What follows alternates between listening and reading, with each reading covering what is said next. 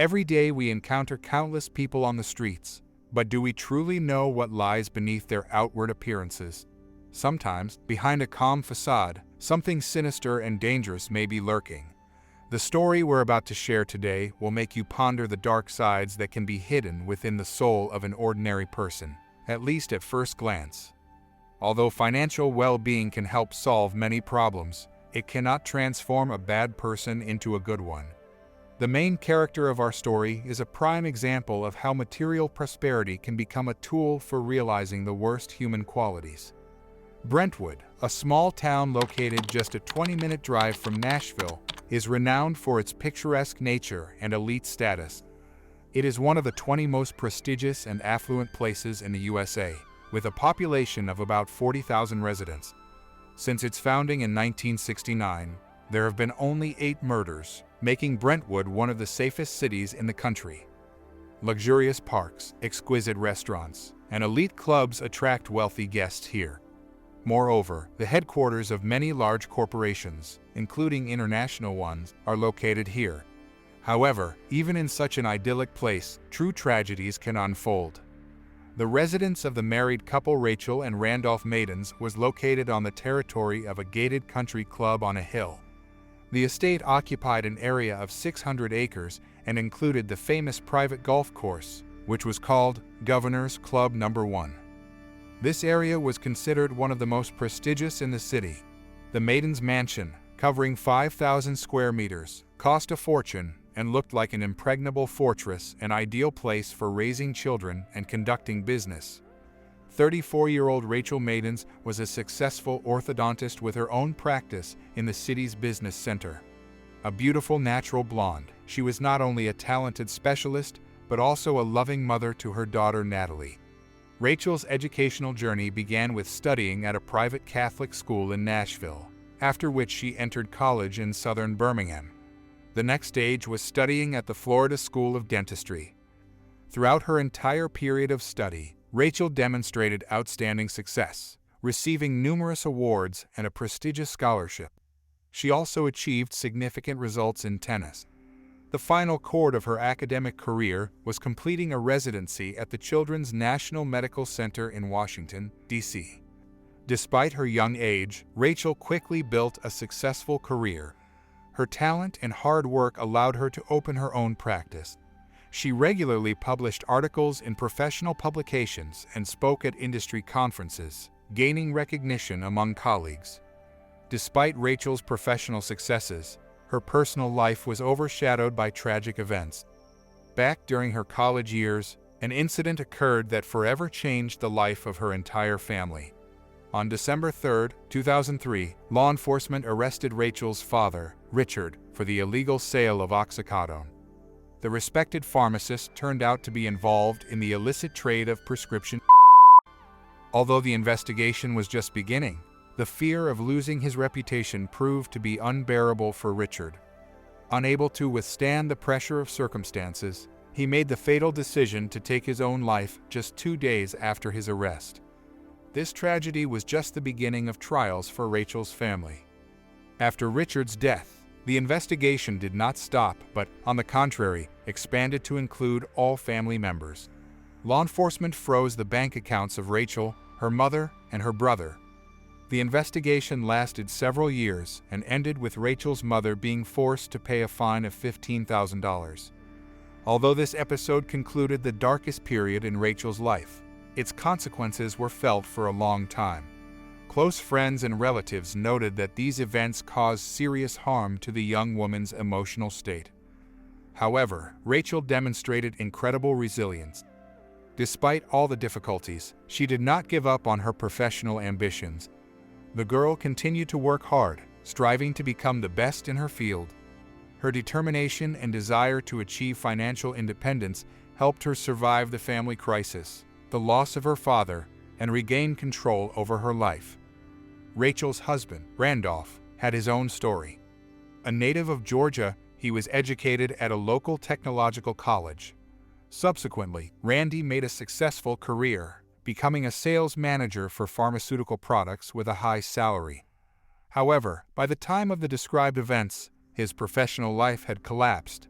and he found himself without a job.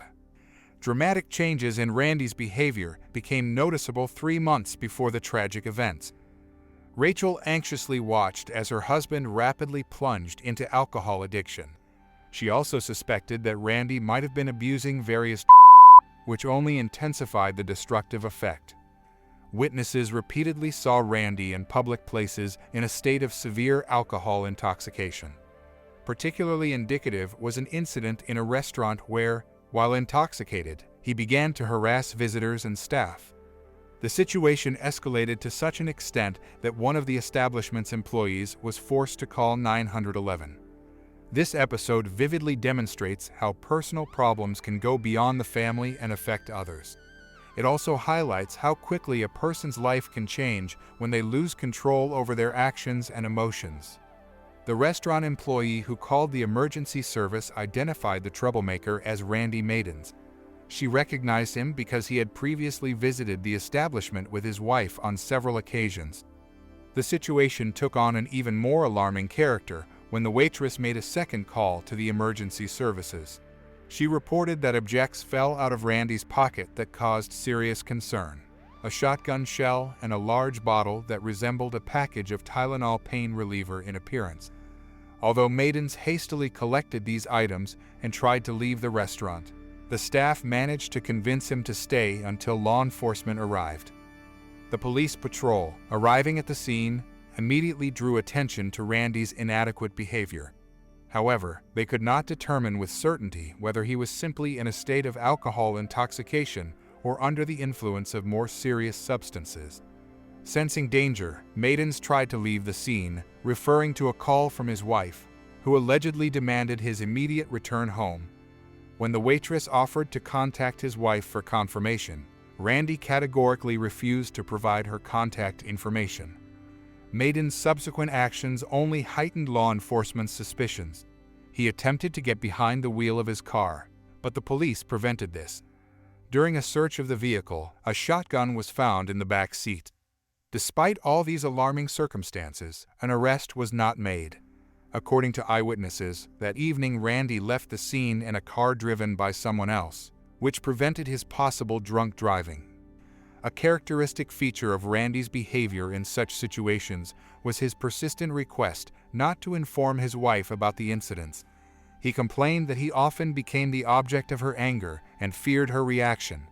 However, given the systematic nature of his unacceptable behavior, such an attitude from his wife seemed quite justified.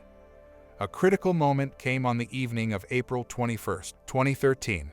Rachel's mother, Betty, contacted the Brentwood Police Department with a request to check on her daughter's house. She expressed serious concern, stating that Randy might be on the verge of. The reason for the alarm was the inability to contact Rachel for an extended period. When attempting phone contact, Randy invariably answered the phone and categorically refused to hand the phone over to his wife. Eventually, having exhausted all possibilities, Betty resorted to threatening to call the police. When even this did not yield results, she was forced to fulfill her promise. Responding to the call, law enforcement officers arrived at the Maidens' residence in the shortest possible time. Their attention was immediately drawn to the tightly curtained windows around the entire perimeter of the house, which made it impossible to view the interior space.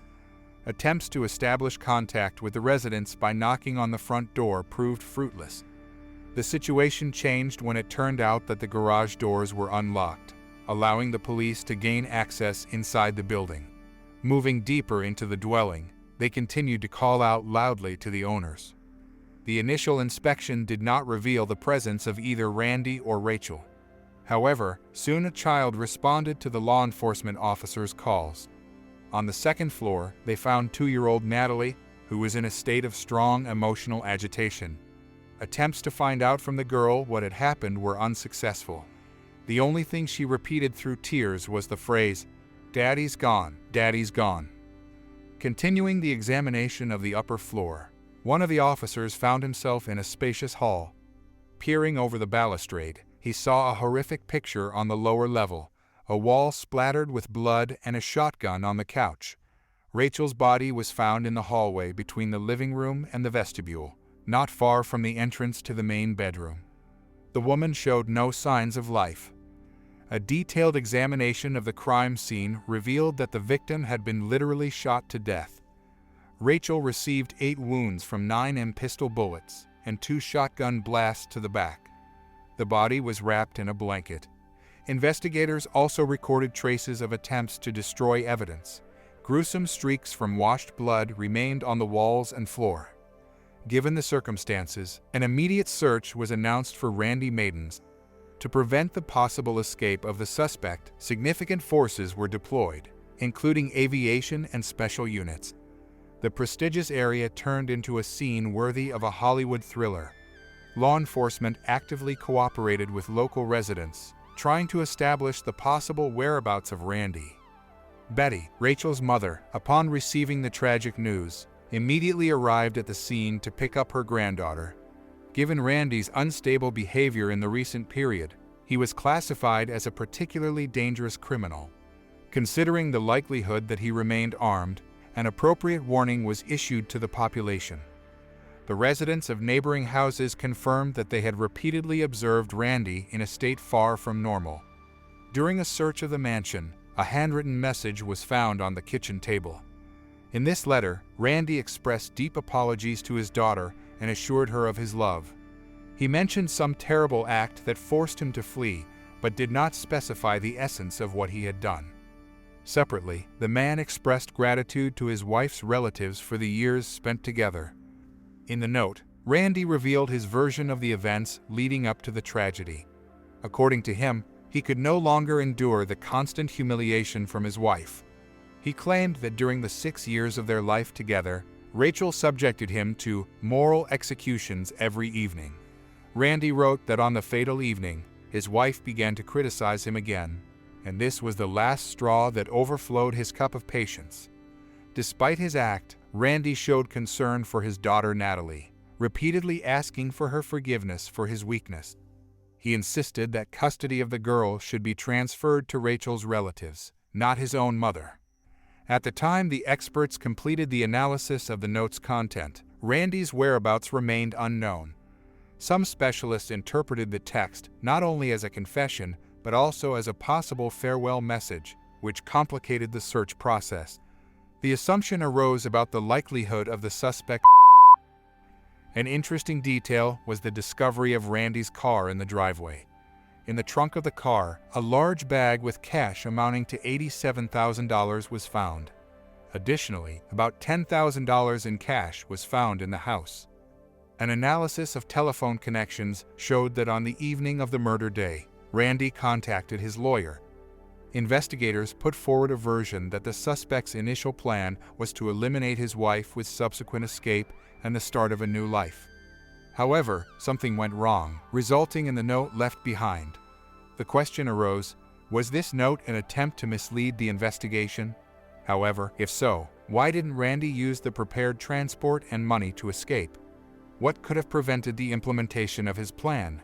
Given the availability of sufficient time, law enforcement officials suggested that Betty's unexpected call to the police could have ruined the criminal's initial intentions.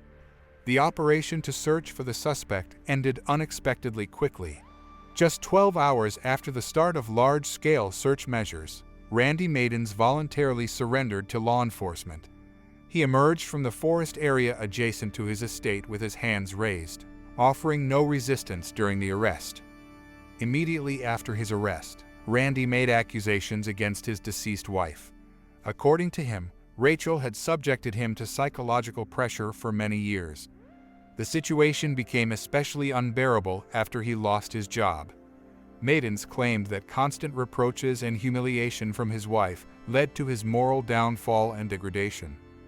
Trying to justify his actions, Randy noted that he was Rachel's third husband, implying that previous marriages had fallen apart due to the woman's difficult character. However, these arguments could in no way serve as a justification for the brutal murder committed by 10 shots in the back of a defenseless woman. It turned out that Randy had a whole series of problems with the law. Only recently had he barely recovered from the consequences of the restaurant scandal. Now he was charged with the murder of his wife. The investigation established that Maidens had been repeatedly held accountable for minor offenses in recent times. One of the most serious incidents was Randy's arrest for driving under the influence a few months before the tragedy. The police officer who stopped Maidens recorded a strong smell of alcohol, but the suspect refused to take a sobriety test. According to the law, such a refusal is equated with recognition of the fact of drunk driving. Later, there was another case related to drunk driving. Randy, being in a state of severe alcohol intoxication, lost control of the car and crashed into a transformer substation. As a result of this accident, about 200 houses were left without electricity for several hours. A few weeks before the fatal events, one of the neighbors witnessed a strange scene. She noticed a man in a ski mask running through the forest, accompanied by 2 dogs. This forest turned out to be the same one from which Randy later emerged to surrender to the police. Interested, the neighbor approached and recognized Maidens in the stranger. During a brief conversation, the woman realized that Randy was in a state of severe alcohol or intoxication. When meeting with the neighbor, Randy explained his presence in the forest by walking the dogs and accidentally getting lost. The woman noticed that there was something like a bow and arrows in his backpack, which caused her concern and forced her to quickly leave the meeting place. Subsequently, residents of the surrounding area repeatedly observed Maidens engaged in similar strange activities, which created an atmosphere of anxiety among the inhabitants of houses located near the Maidens' residence. At the end of March, Randy ran into the law in Florida, where a case of trespassing was brought against him. However, he managed to avoid responsibility. The investigation was discontinued, which raised suspicions about the possible use of financial leverage to solve the problem. The most serious incident occurred in January 2013 in Orlando, where Randy came with his wife for a work conference. While visiting the bar, he reached a state of severe alcohol intoxication, losing the ability to speak clearly. When the establishment staff asked him to leave the premises, Maidens reacted aggressively. He began to smash dishes and use profanity. Several witnesses heard him threaten to kill his wife in a fit of anger, although at that time no one took these threats seriously. Attempts by bar patrons to calm Randy down and escort him out of the room led to a fight. The situation required the intervention of law enforcement. As a result, Maidens was arrested for hooliganism and alcohol consumption in a public place. However, he was released the next day. Information about this incident reached the management of the pharmaceutical company where Randy worked. Given the importance of reputation for the firm, the unacceptable behavior of the employee was taken with all seriousness. One of Maidens' colleagues, who wished to remain anonymous, advised him to take a leave of absence for health reasons. However, Randy ignored this advice and returned to work 3 days later. This step became the last straw, which led to his dismissal. These events demonstrate the progressive degradation of Randy Maidens' behavior, which ultimately led to a tragic denouement. They also raise questions about the effectiveness of the justice system and social services in preventing such tragedies.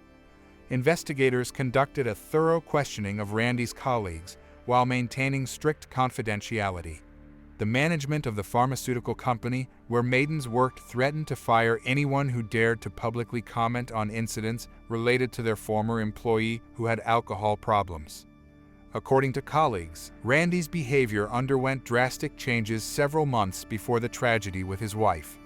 It is noteworthy that Maidens himself did not provide explanations for the reasons behind these changes, but constantly blamed his wife for everything. However, those around him were skeptical of these accusations. Rachel always made the impression of a pleasant, balanced, and sensible woman. Even if we assume that she criticized her husband at home, this in no way justifies his unacceptable behavior in public places, which posed a threat to others. An interesting twist in the case occurred when it was revealed that around the same time the tragedy happened, Randy's ex-girlfriend named Larissa reappeared in his life. Upon learning about Maidens' family troubles, she expected the matter to end in divorce. Shocked by the recent events, Larissa believed that she would be able to help Randy return to a normal life.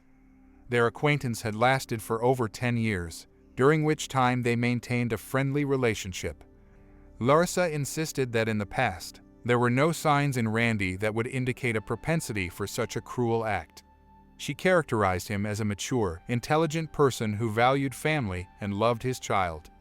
However, the woman also revealed some aspects of Maidens' complicated past. According to her, he grew up with an alcoholic father who treated his son harshly. In adulthood, Randy's relationship with his mother was also strained. These circumstances, in Larissa's opinion, explained Randy's reluctance to leave his daughter Natalie in the care of his relatives. She surmised that the combination of marital problems and a traumatic childhood could have led to Maidens' psychological breakdown. Former colleagues of Randy from the pharmaceutical company confirmed that they were aware of his problems with prohibited substances. According to them, even the management knew about Maidens' struggle with addiction long before the incident, which he himself admitted to.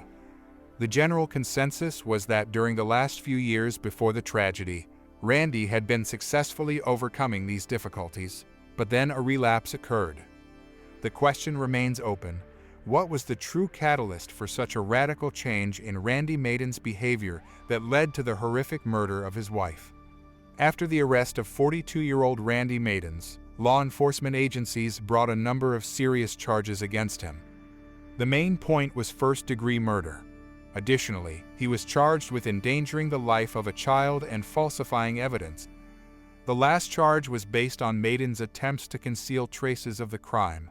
He tried to wash away the blood and wrapped Rachel's body in a blanket. Investigators concluded that the suspect planned to destroy evidence of his involvement in the murder and escape, probably to Mexico, using pre-prepared funds. Initially, the bail amount was set at $2.5 million, which is why Maidens remained in custody until trial. As of the end of June 2013, the defendant had not pleaded guilty to any of the charges. Randy's interests were represented by David Rabin, one of Nashville's most famous criminal defense attorneys. The defender insisted on reducing the bail amount and transferring his client to house arrest, arguing that Maidens was actually a victim of tyranny by his wife. The defense strategy was based on the assertion that despite the presence of a significant amount of cash in Randy's car, no documents, maps, or other items were found there that would indicate the suspect's intentions to leave the city. The lawyer emphasized that his client had enough time to escape, but did not take advantage of this opportunity. The prosecution held the opposite opinion for a long time. A witness even appeared who claimed to have heard about Maidens' plans to flee to Mexico. However, later this testimony was found to be unreliable. A parallel civil case unfolded. Rachel's mother filed a lawsuit against her son-in-law, trying to prevent his access to the jointly acquired property of the couple, bank accounts, and other assets. She feared that Randy could use these funds to bribe witnesses and avoid fair punishment. In her opinion, it was thanks to financial opportunities that Maidens had previously managed to avoid responsibility for his misdeeds. The woman hoped that depriving him of access to funds would prevent him from covering court costs and ultimately lead to a just sentence. Despite all the efforts of the prosecution, the situation gradually turned in Maidens' favor. His lawyer managed to achieve a significant reduction in the bail amount to $750,000. Randy immediately paid this amount, taking advantage of the fact that his mother-in-law's lawsuit was still under consideration. This decision allowed him to go free for at least a year and a half before the start of the trial scheduled for September 2014. The court decision caused a lot of surprise. Randy Maidens was allowed to continue living in the house where his wife was murdered. However, this decision was accompanied by a number of strict restrictions. In particular, Maidens was obliged to notify the Brentwood police at least a day in advance of his intention to enter the house. During such visits, he had to be accompanied by a lawyer. In addition, Randy was forced to wear an electronic bracelet for GPS monitoring. He was categorically forbidden any contact with his daughter and the relatives of his deceased wife. At the same time, the consideration of the civil lawsuit initiated by Maidens' mother-in-law continued. Her efforts were crowned with success. The court issued a restraining order on the couple's property.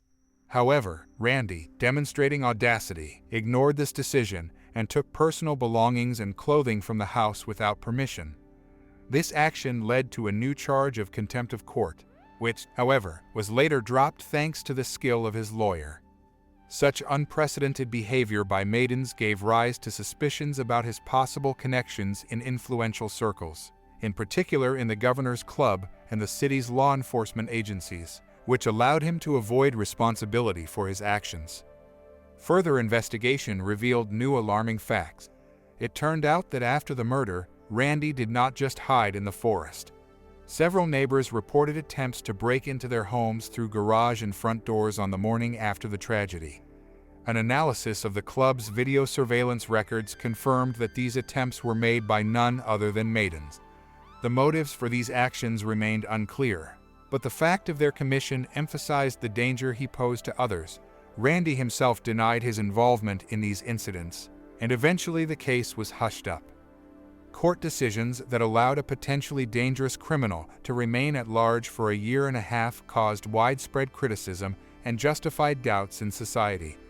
The case of Randy Maidens has become a vivid example of how impunity can lead to tragic consequences and undermine confidence in the justice system.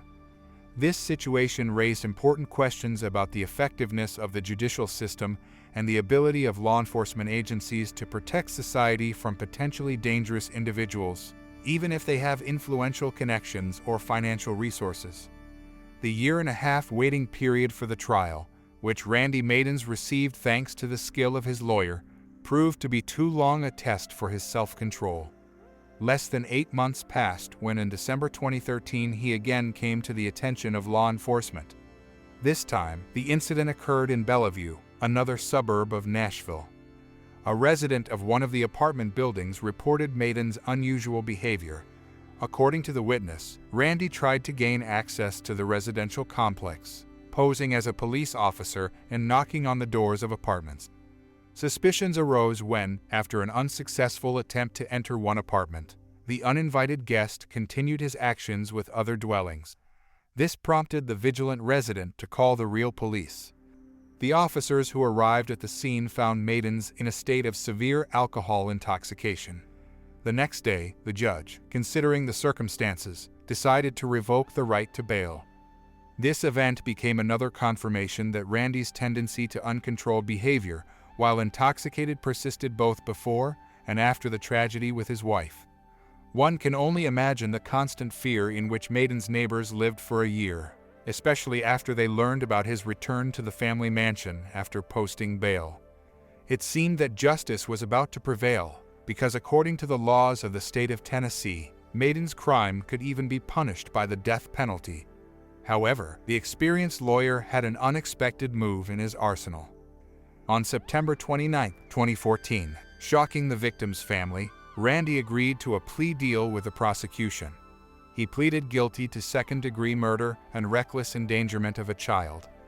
The result of this agreement was a sentence of 25 years in prison, a term that was less than half of the maximum possible punishment of 60 years for such crimes.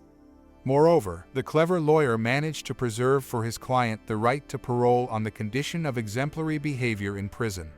Considering that at the time of sentencing Maidens was 42 years old, theoretically he could get a chance at freedom already at the age of about 60. This turn of events caused a mixed reaction in society, giving rise to discussions about the effectiveness of the justice system and the possibilities of manipulating it with the help of skilled lawyers. At the moment of the announcement of the verdict, Randy Maidens delivered a speech that seemed to be full of remorse. "Rachel, I broke my promise to love and protect you.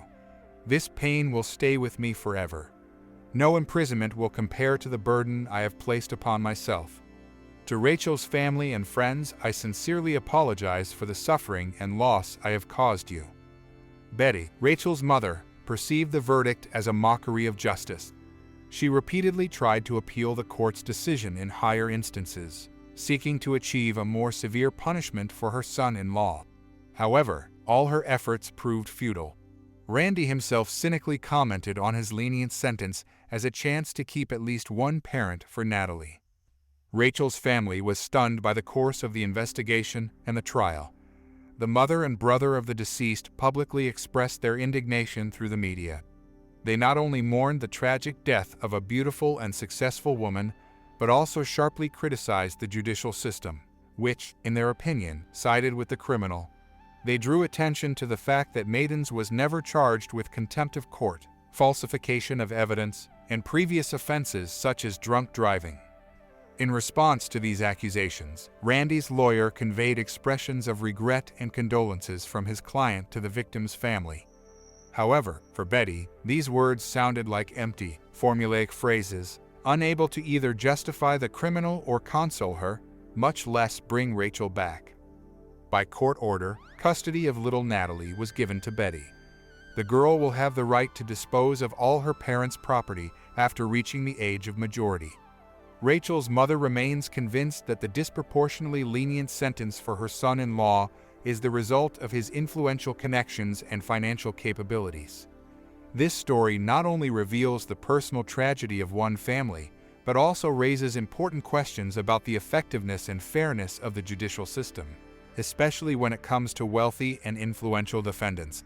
It also demonstrates how tragic events can forever change the lives of all those involved, leaving deep emotional wounds and a sense of injustice. This shocking story undoubtedly evokes many emotions and questions. We would love to hear your thoughts and reflections on this controversial case. What is your attitude towards the court's verdict? Do you think that justice was served properly? Your comments will help create an important discussion around this high-profile event. Every opinion is valuable, as it contributes to a deeper understanding of the complex aspects of this tragedy. If this story has struck a chord with you, touched you deeply, or made you think, please support our channel. Your subscription and like are not only an appreciation of our work, but also an opportunity for us to continue covering such important topics. We are grateful for your attention to this difficult story. Your support inspires us to conduct further investigations and publications. Stay with us, because there are many more interesting and important stories ahead. See you in the next episodes, dear viewers. Take care of yourself and your loved ones.